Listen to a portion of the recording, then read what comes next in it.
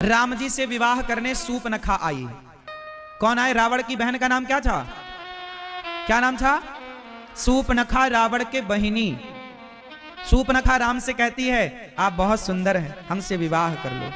अच्छा, विवाह का प्रस्ताव लेकर आई सूपनखा। यदि भगवान ने जनकपुर की सखियों के विवाह का प्रस्ताव स्वीकार किया, यदि भगवान ने कलयुग में मीराबाई के विवाह का प्रस्ताव स्वीकार किया, तो क्या सूपनखा के विवाह का प्रस्ताव स्वीकार नहीं करना चाहिए? अच्छा बताओ, सूपनखा सही थी कि गलत थी? जोर से, जोर से। राम को देख करके पति भाव जाग जाना, बुराई क्या थी इसमें? और राम को पति भाव से चाहा तो गलत क्या था? लेकिन सूपनखा ने एक गलती कर दी कि राम को तो चाहा पर सीता मैया को नहीं चाहा। रावण ने भी एक गलती कर दी कि सीता मैया को तो चाहा पर राम को नहीं चाहा। जैसे रावण ने सीता मैया को चुराया, ऐसे ही राम को चुरा के भी ले गया होता तो रावण की जय जयकार होती। इसलिए हमारे सनातन में युगल उपासना है। कभी सीता की अकेला सीता सीता कोई नहीं जपता और अकेला राम राम कोई नहीं जपता। सीता राम सीता, इसलिए हम लोग युगल उपासना करते हैं। कौन सी उपासना? इसलिए हमारे मंदिरों में अकेले राम नहीं होते, सीता के संग राम होते। अकेला कोई भी शंकर जी का मंदिर नहीं होगा, वहां पार्वती जरूर होंगी। कोई भी मंदिर राधा के बिना ना होगा। कन्हैया का मंदिर कोई अकेला है जहां राधा ना हो? हाँ, मेरी माँ, हम सनातनी युगल उपासना करते हैं। कौन सी उपासना? युगल मतलब दोनों, लक्ष्मी नारायण, सीता राम, गौरी शंकर, राधा। अब सुनो आगे। तो सूपनखा ने कहा कि हम आपको विवाह करना चाहते हैं। बाद में नाक कटी क्योंकि सीता मां को स्वीकार नहीं किया। लेकिन राम के मन में लगा कि नहीं नहीं, गलत हुआ। आपको पता है वही सूपनखा द्वापर युग में क्या बन के आई? बता सकते हो आप? नहीं, वही सूपनखा द्वापर युग में कुब्जा बन करके आई। क्या बनकर आई? कुब्जा। वो कुब्जा जो मथुरा में कंस का चंदन घिसके जा रही थी। भगवान ने कहा सुंदरी थोड़ा मुझे भी चंदन लगाओ, तो भगवान ने उसकी कुबड़ ठीक करी और कुरूपवान से स्वरूपवान बनाया। यही कुब्जा पिछले जन्म में सूपनखा थी। राम से पति भाव लग गया उसका, तो भगवान राम ने त्रेता में तो पति बन नहीं सकते थे क्योंकि मर्यादा पुरुषोत्तम थे। तो भगवान द्वापर में भगवान ने कुब्जा को कुबड़ ठीक करी, उसकी बुद्धि ठीक की और भगवान ने द्वापर में स्वीकार किया कुब्जा को। जिन्हें भगवान त्रेता में नहीं स्वीकार कर पाए, उनके लिए भगवान द्वापर में आकर के उन भक्तों को जो वेटिंग में थे द्वापर में स्वीकार किया। यह हो गया दूसरा कारण, राम का कृष्ण बनने का कारण बोल रहा हूं मैं आपको। अब तीसरा कारण सुनो, राम का कृष्ण बनने। तीसरा कारण था कि राम जी ने मारा बाली को। किसको मारा? जोर से। बाली को छिपके क्यों मारा राम जी ने? सामने मारते ना, मैं सामने आपके, ऐसे राम खड़े होते बाली को मारते। अच्छा, राम बाली को सामने से मारते तो क्या बाली नहीं मरता? बिल्कुल मरता। राम जो चाहे सब होगा, भगवान है। सामने से मारते। राम ने सामने से क्यों नहीं मारा? छिपके मारा, पीछे से पेड़ की ओट में खड़े होकर के मारा, पेड़ के नीचे। छिप करके नहीं मारा था, पेड़ के नीचे खड़े थे राम जी और बाण मारा, लेकिन सामने से नहीं मारा। यह बात बिल्कुल सत्य है। अच्छा, क्या आपने सोचा कि क्यों नहीं मारा? आओ, इसके कुछ कारण हैं, वो कारण मैं आप तक पहुंचाऊं। सावधान हो ना सुनने के लिए? कितने लोग सावधान हैं? सावधान। वैसे आप लोग बहुत अच्छे श्रोता हैं, आप लोग शांति से सुन रहे हैं। ये बस लाल मैया बार बार यहां वहां नाच रही हैं बस। मैं कुछ सवाल पूछूंगा, ध्यान से आप लोगों से पूछूंगा। बाली को छिप करके क्यों मारा? पूरी कहानी इस तरह है। जब राम जी ऋष्यमुख पर्वत पर आए तो हनुमान जी अपने कंधे पर राम जी को बिठा करके लाए और राम जी ने पहली बार सुग्रीव को देखा तो अग्नि को साक्षी मान करके सुग्रीव से राम की मित्रता हनुमान जी ने कराई। अब सुग्रीव और राम क्या बन गए? जोर से, मित्र बन गए, दोस्त बन गए। तो राम जी ने दोस्त होने के नाते पूछा कि यार मेरे दोस्त सुग्रीव, ये बताओ मित्र कि तुम जंगल में क्यों रहते हो और तुम्हारी फैमिली कहां है, तुम्हारा परिवार कहां, तुम्हारी पत्नी कहां? तब सुग्रीव ने रोते रोते बताया कि मैं किष्किंधा में रहा करता था, मेरा एक भाई था, बाली उसका नाम था। एक दिन मेरे गांव में एक बहुत बड़ा मैं नाम का दानव आया और उसने मेरे भाई से लड़ने की इच्छा जाहिर की। तो मेरा भाई बाली भी बहुत बलवान था, तो मैं नाम का दानव बाली को देखकर भागा, तो मेरा भाई भी भागा और दोनों एक गुफा में जाकर घुस गए। मैं वहां पर खड़ा रहा। मेरे भाई बाली ने कहा कि भैया तुम 15 दिन तक मेरा इंतजार करना, यदि मैं 15 दिन में आ जाऊं तो समझ लेना कि मैं आ गया, और नहीं आऊं तो समझ लेना कि मैं मर गया। क्योंकि वो मैं नाम का राक्षस भी बड़ा बलवान था। संभावना थी कि भाई जीतेगा कौन, कहीं मैं नाम का राक्षस ना जीत जाए। बाली जीते तो बढ़िया था, लेकिन दोनों गुफा में घुसे, सुग्रीव खड़े रहे। भाई भाई में बड़ा प्यार था, हम भाई भाई में, सुग्रीव और बाली में बड़ा प्यार था। एक दिन मैं नाम का दैत्य आया, वो गुफा में चला गया। मेरे भाई उस गुफा से 1 महीने तक नहीं निकले, जबकि भाई ने बोला था कि 15 दिन तक मेरा इंतजार करना। भैया बाली ने कितने दिन का बोला था कि मैं 15 दिन में से मार कर आऊंगा, और नहीं आया तो सुग्रीव तुम समझ लेना कि मैं मर गया। लेकिन सुग्रीव इतना अच्छा कि बेचारा 1 महीने तक अपने भाई का इंतजार करता रहा। जब 1 महीने में भाई नहीं आया, 30 दिन हो गए, तब सुग्रीव को डाउट हुआ कि मेरा भाई लगता है मर गया। तो एक बहुत बड़ी चट्टान उठाई, बहुत बड़ा पत्थर उठाया और गुफा के मुंह पे बंद कर दिया। अच्छा, सुग्रीव को वरदान था कि तुम्हारा रखा पत्थर केवल बाली हटा सकता है और कोई नहीं। अब सुग्रीव यदि पत्थर रखा तो वो मैं नाम का दानव भी नहीं हटा सकता था, क्योंकि वरदान साच है। अब सुग्रीव ने पत्थर रखा, गुफा का मुंह बंद किया, और जब घर आए तो लोगों ने कहा कि अब बिना राजा के ये कैसे चलेगा राज्य। तो जबरदस्ती सुग्रीव को राजगद्दी पर बिठाकर लोगों ने तिलक कर दिया, और जैसे ही राजगद्दी पर बिठाया तभी बाली आ गया। बाली आया तो बाली को लगा, अच्छा मुझे मार करके खुद राजा बनना चाहता था। तो बाली ने पकड़ा सुग्रीव को, और सुग्रीव की बात ना सुनी और मारना शुरू किया। इतना मारा। सुग्रीव छोटा भाई था, उसने कोई रिस्पॉन्स नहीं दिया मार का। वो मारता गया, सुग्रीव पिटते गए। ऐसा लगा कि सुग्रीव मर जाएंगे। तब लोगों ने कहा भाग सुग्रीव भाग, तो भाग गए। ऋष्यमुख पर्वत पर इसलिए आए क्योंकि उस पर्वत पर एक संत ने श्राप दिया था बाली को कि तू इस पर्वत पर आएगा तो तेरे सिर के टुकड़े टुकड़े हो जाएंगे, मर जाएगा। तो डर के कारण, श्राप के कारण उस पर्वत पर वो नहीं आता था बाली। तो सुग्रीव उस पर्वत पर जाकर के छिपा, ऋष्यमुख पर्वत। अब मुझे आप लोग एक प्रश्न का उत्तर दो, यहां पर गलती कि उसने अपने भाई को कुछ कहने का मौका नहीं दिया। काश मौका देता तो वो बताता ना कि भैया आपने 15 दिन का बोला, मैं 1 महीना रहा, और मैंने राजा बनने की जिद नहीं की। लोगों ने कि बिना राजा के सबको ये कंफर्म हो गया कि बाली मर गया, तो मुझे राजा, मेरी इच्छा नहीं, मैं तो आपके वियोग में अभी दुखी हूं। लेकिन भाइयों की बातें सुन लो तो झगड़े ना हो। तो इससे हमें यह सीख मिलती है कि हम भाई भाई एक दूसरे की बातें पहले सुने। कई बार हमें लगता है कि भाई गलत है, एक बार भाई की बात सुन तो लो भैया, उसका पक्ष भी तो सुनो। कई बार आपकी पत्नी ने कुछ कह दिया आपके भाई के खिलाफ, आपने बात मान ली, पत्नी की बात आपने सुनी। एक बार भाई से तो पूछ लेते कि भाई तुम्हारी भाभी ऐसी कह रही है, बहू ऐसा कह रही है, क्या ये बात सही है? कई बार जो बातें होती हैं उससे दूसरी ही बात खड़ी हो जाती है, जो बात है ही नहीं वो खड़ी है। चलो अब बात करते हैं आगे की। क्या हुआ आगे? राम जी ने सुग्रीव की बात सुनी। सुग्रीव बोला कि मेरे भाई ने मुझे राज्य से निकाल दिया और मेरी पत्नी को रख लिया। मतलब सुग्रीव की पत्नी को बाली ने हड़प लिया।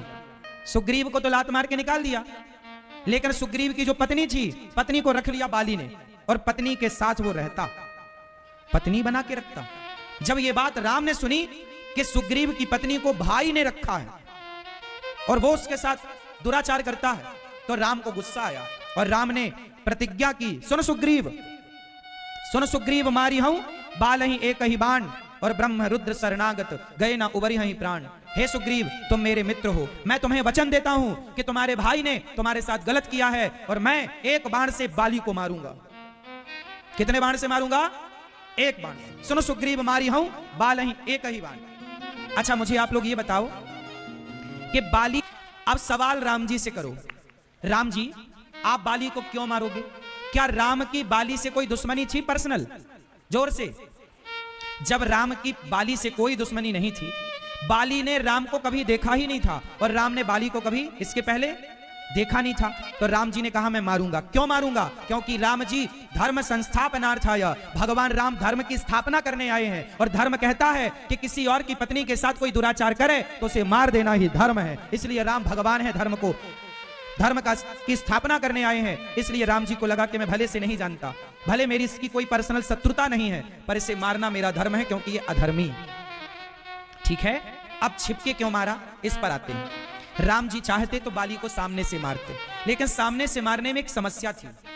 राम जी को सामने से मारने में क्या समस्या थी बताओ, बोलो। ये जो बातें हैं किंवदंती हैं, कहीं इनका प्रमाण नहीं है। ये बात आप लोग सत्य मानते हैं, मान लेने में भी कोई बुराई नहीं है, लेकिन ये बताओ क्या भगवान की शक्ति भी बाली में आ जाती क्या? यदि राम खड़े होते तो क्या राम की शक्ति भी ट्रांसफर हो जाती? चलो ये वरदान था भी यदि बाली को, तो सामान्य लोगों की शक्ति उसके ऊपर आती, भगवान की शक्ति थोड़ी कोई छीन सकता है। भगवान पर किसी का कोई वरदान, किसी का कोई श्राप लागू नहीं होता, भगवान खुद दयावश लागू करते हैं। कारण ये जो आप मानते हैं कि बाली इतना शक्तिशाली था कि सामने वाले की ताकत आ जाती, ये केवल सुनी बातें हैं, इन्हें मैं गलत नहीं मानता, लेकिन पूर्ण सत्य भी नहीं मानता। मैं इस बात पर नहीं रुकूंगा, मैं दूसरी बात आपके सामने लेकर आऊं। बात दूसरी ये थी कि राम ने सामने से क्यों नहीं मारा, उसका कारण यह था कि राम जी यदि बाली के सामने जाते तो शक्ति तो राम की बिल्कुल ट्रांसफर ना होती, क्योंकि राम भगवान है, पहला। दूसरा, राम ने सामने से इसलिए नहीं मारा, सामने खड़े होते राम तो बाली राम की शरण में आ जाता। बाली को पता था कि यह राम भगवान है।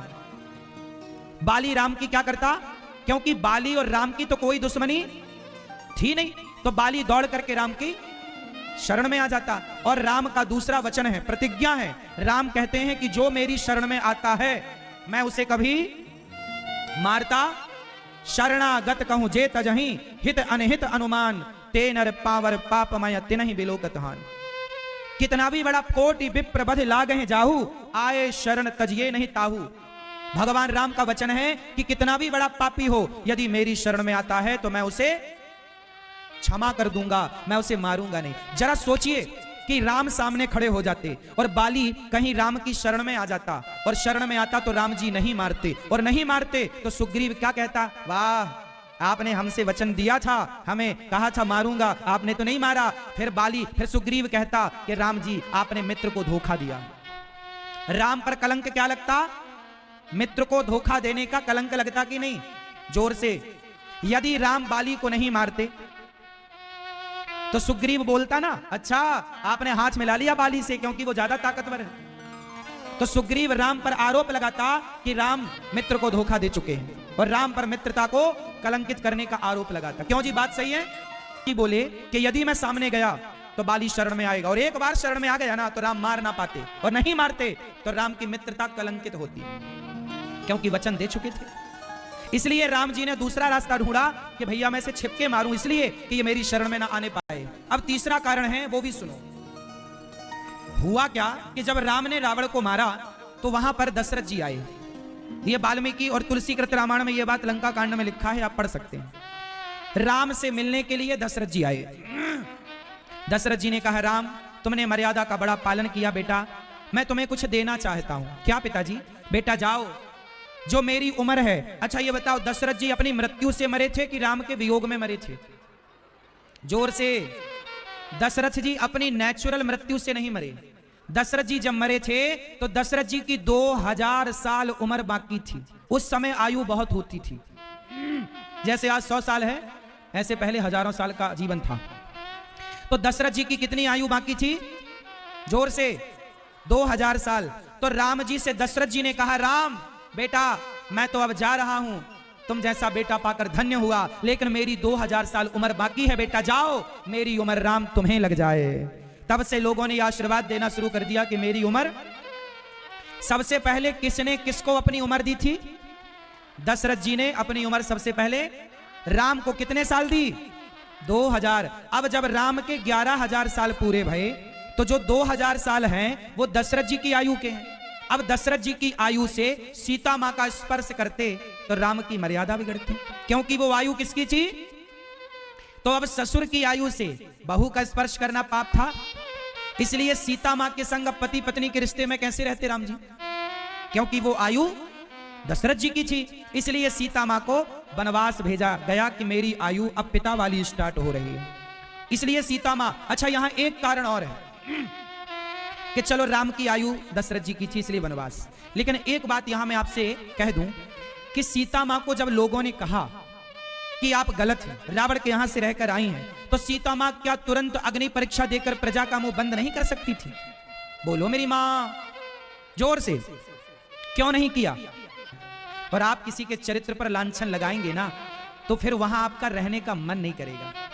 सीता मां ने सोचा कि अब ये लोग मेरे चरित्र पर लांछन लगा रहे हैं, मैं पवित्रता का प्रमाण दे भी दूं तो भी मैं इनके साथ अब कैसे रहूंगी? तो सीता मां को लगा कि मैं अग्नि परीक्षा देती हूं तो अभी मैं गर्भवती हूं, मैं लीला पूरी करके चली जाऊंगी तो लवकुश भी चले जाएंगे, इसलिए लवकुश पहले जन्म लें। इसके लिए उन्होंने महर्षि वाल्मीकि जी के आश्रम को चुना, वहां बच्चों को जन्म दिया, राम को लवकुश सौंपे और फिर कहा, हे पृथ्वी माता,